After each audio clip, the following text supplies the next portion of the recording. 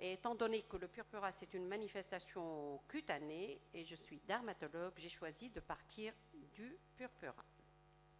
En fait, quelle est la définition du purpura? C'est une expression clinique d'une extravasation de globules rouges dans le derme, en dehors des vaisseaux, et par conséquent, la couleur elle est rouge pourpre secondairement brunâtre.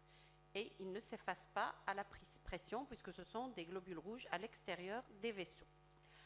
Le purpura peut prendre différents aspects cliniques, que ce soit sous forme pétéchiale, avec des éléments punctiformes ou lenticulaires, des nappes échymotiques bleu-violacées ou des vibis, donc des traînées linéaires. Quel que soit le type de purpura, le siège, c'est au niveau des zones déclives, donc au niveau des membres inférieurs, et le purpura évolue par poussée, c'est pourquoi on peut trouver, ou souvent on trouve, des éléments de différents âges. Le diagnostic étiologique, c'est l'étape capitale qui est orientée par l'interrogatoire, la recherche de signes hématologiques, l'étude des organes hématopoïétiques et les examens complémentaires simples. On fait les examens complémentaires avancés en fonction de l'orientation clinique.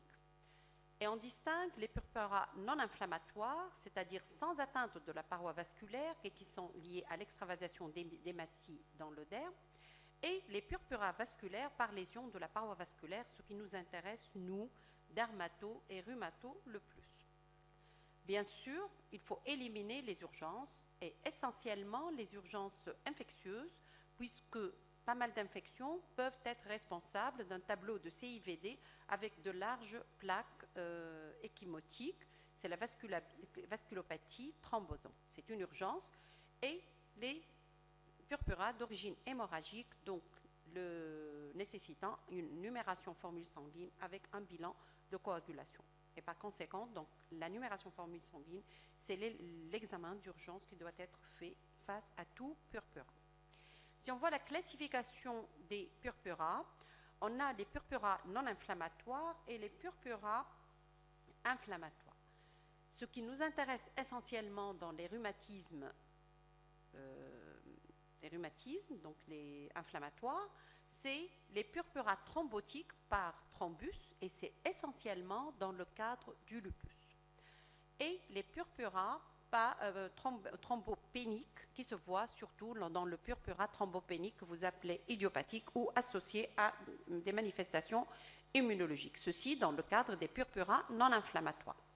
Par contre, pour les purpuras inflammatoires, et c'est les manifestations les plus fréquentes, à côté des purpuras d'origine dermatologique pure, on a les purpuras vasculaires, donc ce qu'on appelle les vascularites. Et si on veut être plus correct, on doit parler de vasculite, puisque c'est une définition histologique. Voilà, donc vous connaissez mieux que moi la classification des vascularites qui a été révisée en 2012, et ça se classe en fonction de la taille des vaisseaux, passant des grands vaisseaux jusqu'aux petits vaisseaux, donc jusqu'aux capillaires. Et ce qui nous intéresse, nous, le plus, dermato, donc les vaisseaux de moyen et de grand calibre, nous, dermatologues, c'est rare de voir des lésions, on en voit, mais ce n'est pas si fréquent, et ça se manifeste par des ulcérations chroniques avec une infiltration, par des lésions nodulaires, par un livédo. Mais ce n'est pas un motif de consultation fréquent en dermatologie, et je pense que c'est la même chose en rhumatologie. Par contre, l'atteinte des petits vaisseaux, donc les vaisseaux de petit calibre, c'est essentiellement le purpura palpable, le purpura infiltré. Mais quand même, on peut voir un érythème sans surélévation, sans infiltration. On peut voir des lésions vésiculobuleuses isolées ou associées au purpura. Et on peut voir des lésions urticariennes. Et maintenant, on parle de vasculite ou vascularite urticarienne. Donc voilà, pour résumer, les différentes manifestations cutanées au cours des vascularites. Et ce qui nous intéresse le plus, c'est le purpura.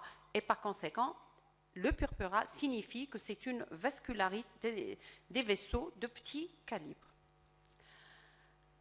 Donc, cette atteinte des vaisseaux de petit calibre, c'est essentiellement les vasculites des petits vaisseaux associés au complexe immense, c'est la vascularite classique, c'est la formation, c'est le type clinique le plus fréquent, les vasculites à IgA ou le purpura rhumatoïde, les vasculites cryoglobulinémiques et les vasculites urticariennes hypocomplémentémiques ou parfois avec normocomplémentémiques.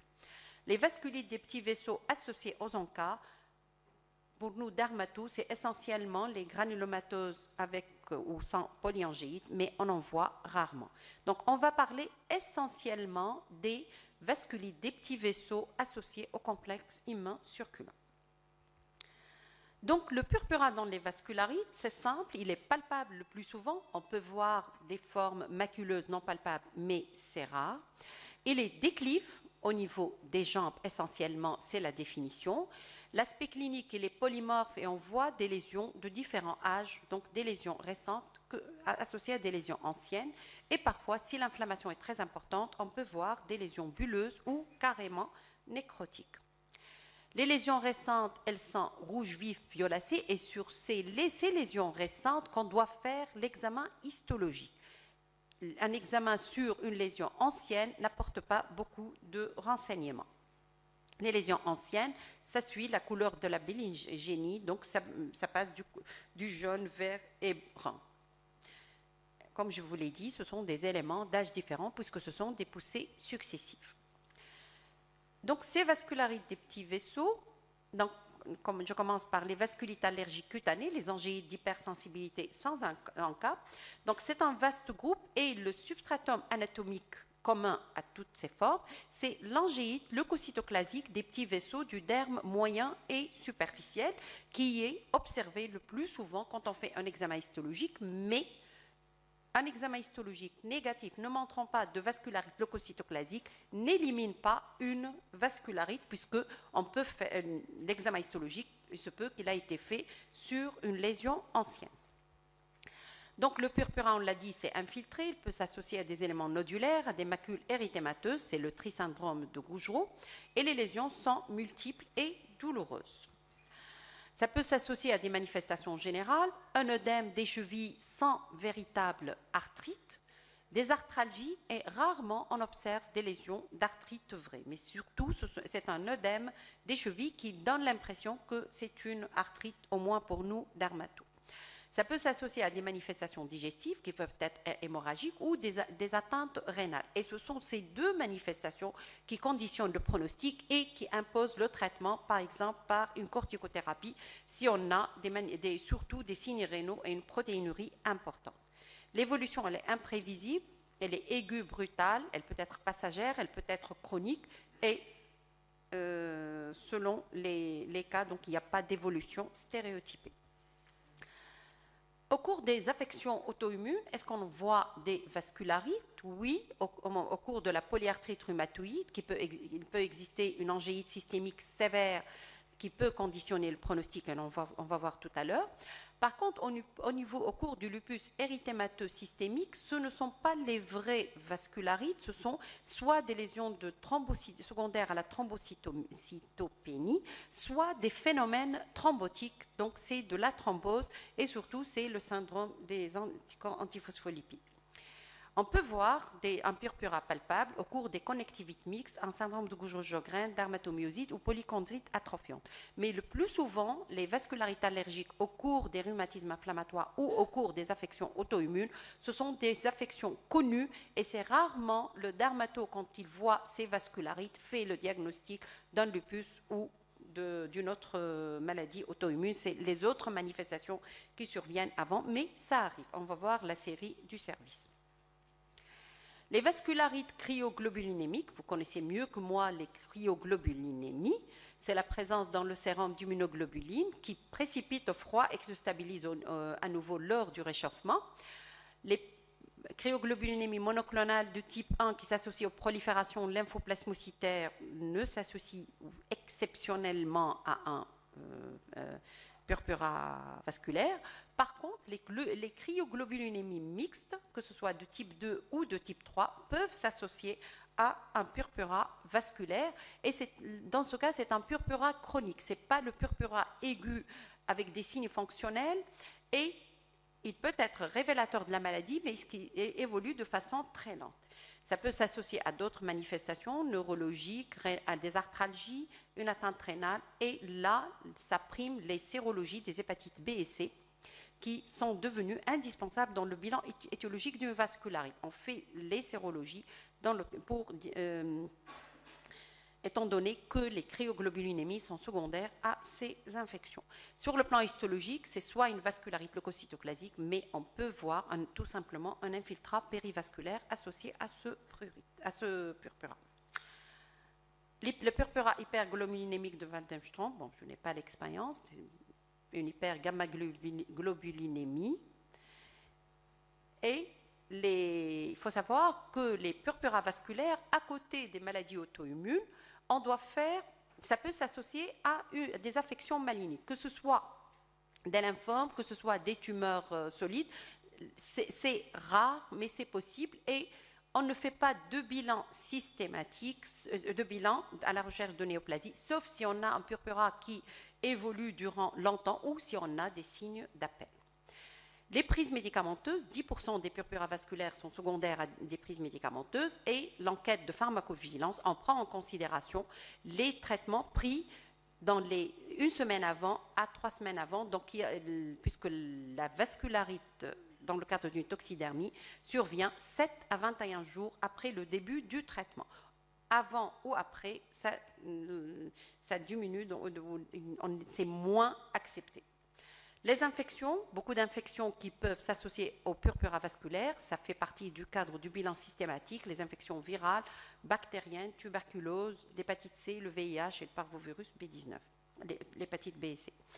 Et les déficits génétiques en complément, donc c'est les purpura hypocomplémentémiques, ça peut s'associer à des cas de Mickey.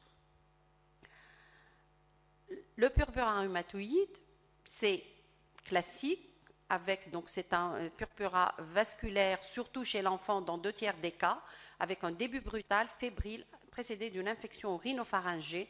Et on voit le purpura en plaques, des lésions urticariennes, un œdème des extrémités qui est très gênant, et voire même un œdème du visage et du scrotum. S'associant à des polyarthralgies, donc vous voyez plus que nous les purpura rhumatoïdes, avec toujours donc la recherche de l'atteinte digestive et l'atteinte rénale. Donc c'est une maladie à complexe immun circulant et c'est secondaire à des infections le plus souvent. Les vascularites urticariennes, on en voit de plus en plus, c'est une urticaire classique, mais la particularité, c'est une urticaire fixe qui est peu, voire même non prurigineuse. On a un aspect érythémateux, fixe, symétrique, d'évolution chronique. Et là, si on a une urticaire fixe, non prurigineuse, on doit faire un examen histologique à la recherche de l'angéite et on doit faire donc un bilan de maladie de système ou de rhumatisme inflammatoire devant toute vascularite urticarienne. Je passe rapidement sur les vascularites des petits vaisseaux et des vaisseaux apparemment musculaires lisses, la polyangéite microscopique, bon, ça en passe. Donc, devant tout purpura vasculaire, quel est le bilan à pratiquer devant une vascularite? Là, la nécessité d'un examen clinique complet, un bilan sanguin et urinaire minimum, à savoir l'anumération formule sanguine avec plaquettes pour éliminer les causes hématologiques, une vitesse d'alimentation, créate la fonction rénale, HLM la fonction rénale, la protéinurie, puisque l'angéite siège également au niveau de tous les petits vaisseaux, donc au niveau des vaisseaux rénaux, le bilan hépatique, l'hépatite B et C et l'électrophorèse des protéines. On doit compléter, si on a une vascularite chronique, par la cryoglobulinémie, les auto-anticorps, le complément à la recherche de vascularite hypocomplémentémique et l'immunoélectrophorèse sanguine et urinaire. Voilà, donc, quelle est la place de l'histologie? Est-ce que l'histologie, elle est primordiale et est-ce qu'une histologie négative élimine une vascularite leucocytoclasique? Donc, cette étude faite par Bernard Cribier et une équipe française, donc sur 43 purpura palpables, 37 étaient des vascularites. Là, vous voyez, il y a 6 qui ne sont pas des vascularites. Et vous voyez sur le tableau à côté C'était le double, c'était environ 80 cas, et les autres étiologies que les vascularites dans le cadre des purpura cutanés. Donc la liste est longue, je ne l'ai pas énumérée. Donc qu'est-ce qu'il conclut? Donc le diagnostic de vascularite est cliniquement le plus souvent évident, donc c'est un diagnostic clinique, et la biopsie ne nous semble pas indiquée, surtout quand le purpura est palpable. L'absence de critères histologiques de vascularite ne permet pas d'éliminer le diagnostic, a fortiori si la prise en charge est tardive. Donc une biopsie négative n'élimine pas une vascularite purpurique, vascularite leucocytoclasique, ou une biopsie avec IFD négative n'élimine pas un purpura rhumatoïde. Donc voilà notre série. Je vous ai dit que j'ai préparé donc en 2-3 jours le topo, donc je me suis aidée des résidents qui ont fait pas mal de topos auparavant sur les vascularites, et voici certains. Donc les vascularites cutanées de l'adulte, une série du service, 48 cas, et vous voyez, donc ça se voit un peu plus chez la femme adulte, tous les âges peuvent être concernés, 19 à 82 ans, et vous voyez les maladies auto-immunes connues. C'était juste 4 ou 5 cas, donc un cas de lupus, un cas de syndrome sec, un cas de VIH, un cas d'hépatite B, un cas d'RCH, et voilà. Donc, et sur le plan histologique, la vascularite leucocytoclasique, comme la série française, c'était 83% des cas. Donc pour le reste, on a des formes non concluantes. Et ce qui est également, donc vous voyez, dans presque 2/3 des cas, l'IFD était négatif.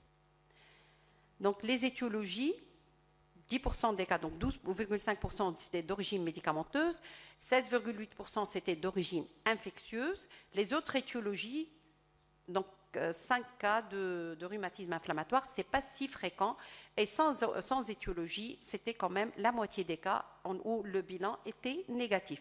Donc le bilan, c'est classique, devant toute vascularite leucocytoclasique, le bilan peut être négatif dans la moitié des cas, ce qui est le cas de notre série. Cette patiente que j'ai vue moi-même, âgée de 82 ans, elle s'est présentée pour des lésions nécrotiques du dos de la main droite, d'installation brutale, sans signe associé. C'était en quelques heures, elle a eu ça. Bon, nous, dermato, des lésions sans explication, sans rien du tout. On a pensé à une pathomimie, c'est-à-dire des lésions provoquées. On a bien insisté, on a interrogé, il n'y a rien. Et vous voyez, elle s'est améliorée rapidement. Donc, au bout de 4 jours, la nécrose est éliminée. 20 jours, elle a cicatrisé. En 37 jours, tout a cicatrisé. Est-ce que vous êtes d'accord avec mon diagnostic ou vous avez une autre proposition?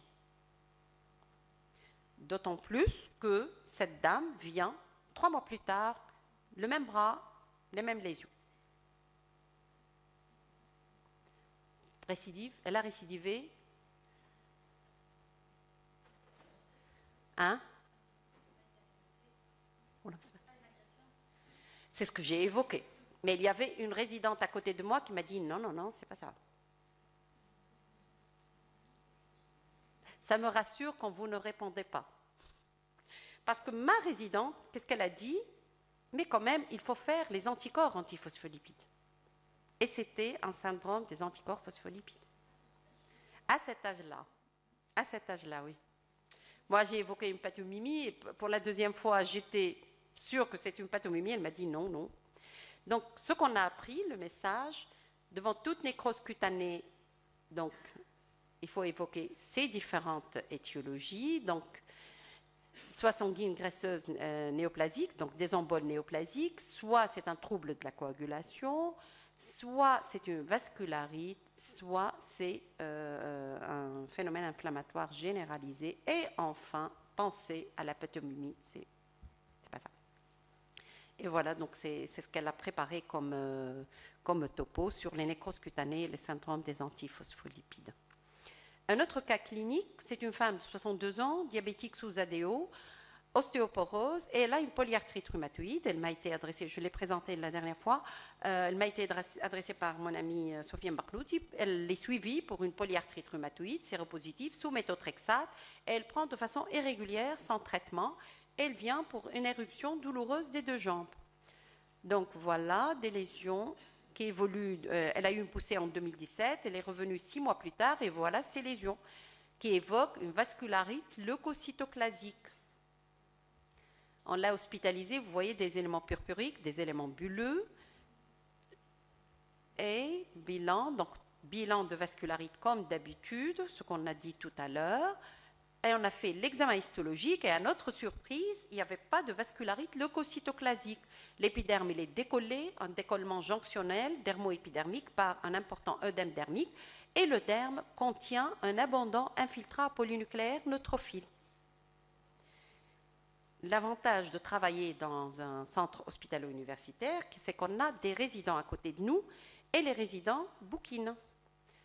Et voilà, la dermatose neutrophilique dans le cadre, c'est une dermatose neutrophilique qui se voit dans le cadre de la polyarthrite rhumatoïde maltraitée. Donc on est face à une éruption vésiculobuleuse, antécédente de PR, sans signes généraux, pas de syndrome inflammatoire et une dermatose neutrophilique à l'histologie.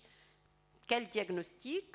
Les résidents bouquinent et vous voyez, donc dans le cadre de la polyarthrite rhumatoïde et dermatose neutrophilique, on peut voir un syndrome de suite classique, on peut voir un pyoderma gangrénosome, on peut voir une dermatose granulomateuse palissadique, une dermatose granulomateuse interstitielle et une dermatose neutrophilique rhumatoïde. C'est une entité qui est connue, qui se voit dans le cadre, donc je passe rapidement pour ça, et qui se voit, donc ce sont des nodules, des plaques, des papules érythématoviolines, des lésions urticariennes parfois, avec un infiltrant neutrophile, ça se voit sans vasculite, sans vascularite, et ça se voit dans le cadre de la polyarthrite rhumatoïde maltraitée.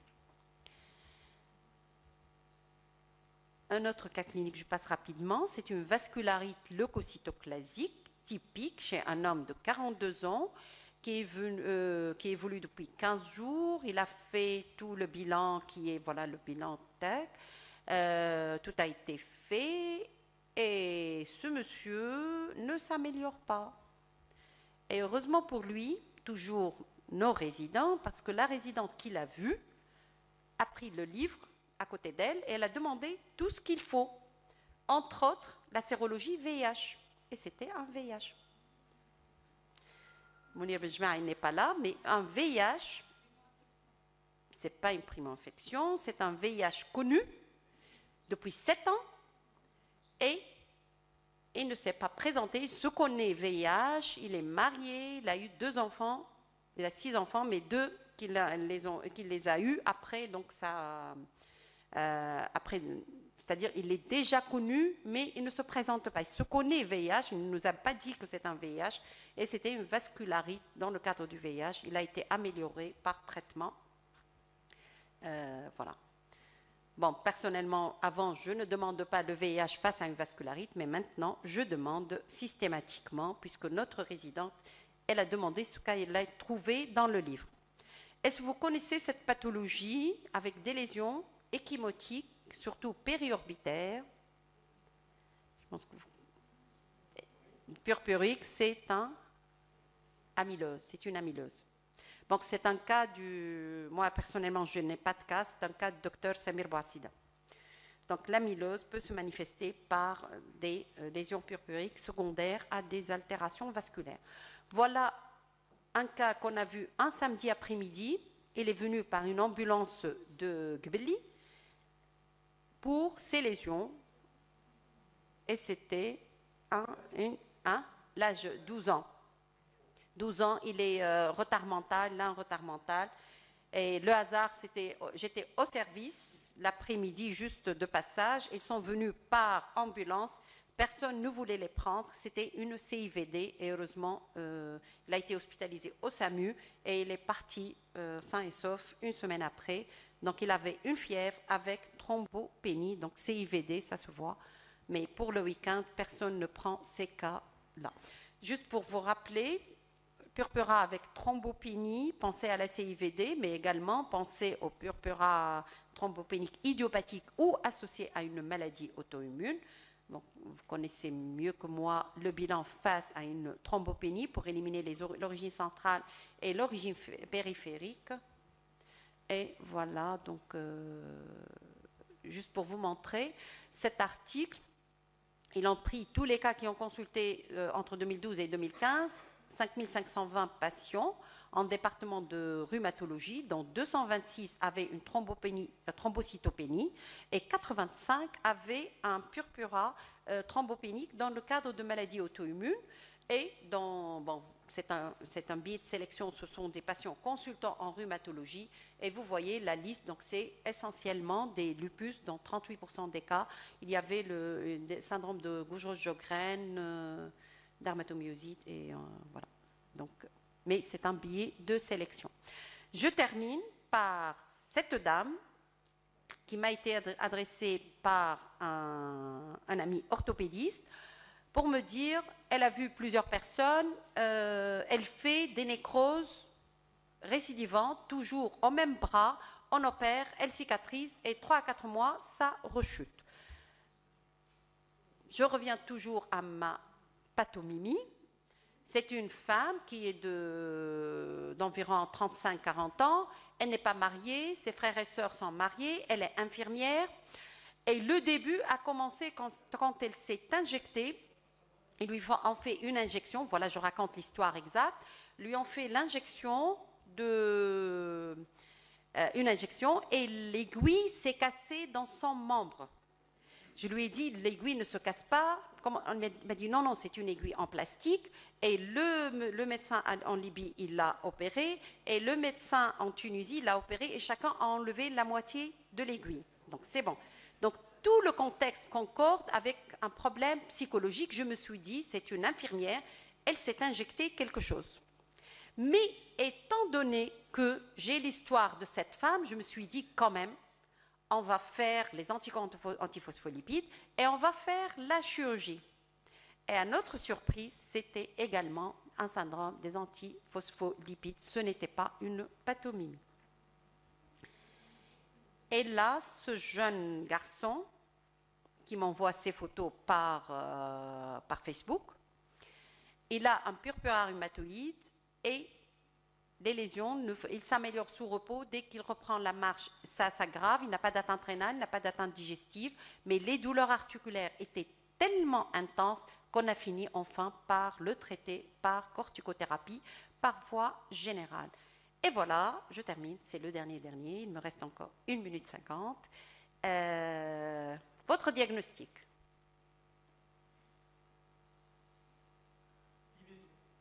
Livedo.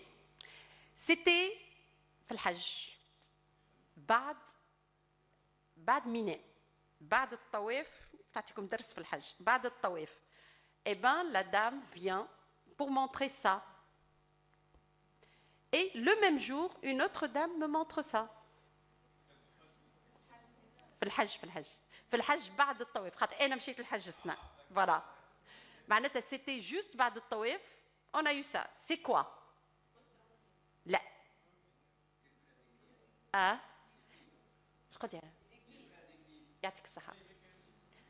C'est la vascularite à l'effort. Sans manifestation. Et c'était donc après la marche prolongée. Et voilà, je vous remercie. Voilà, j'étais à l'heure 1 minute. Je vous ai fait gagner 1 minute. Alors,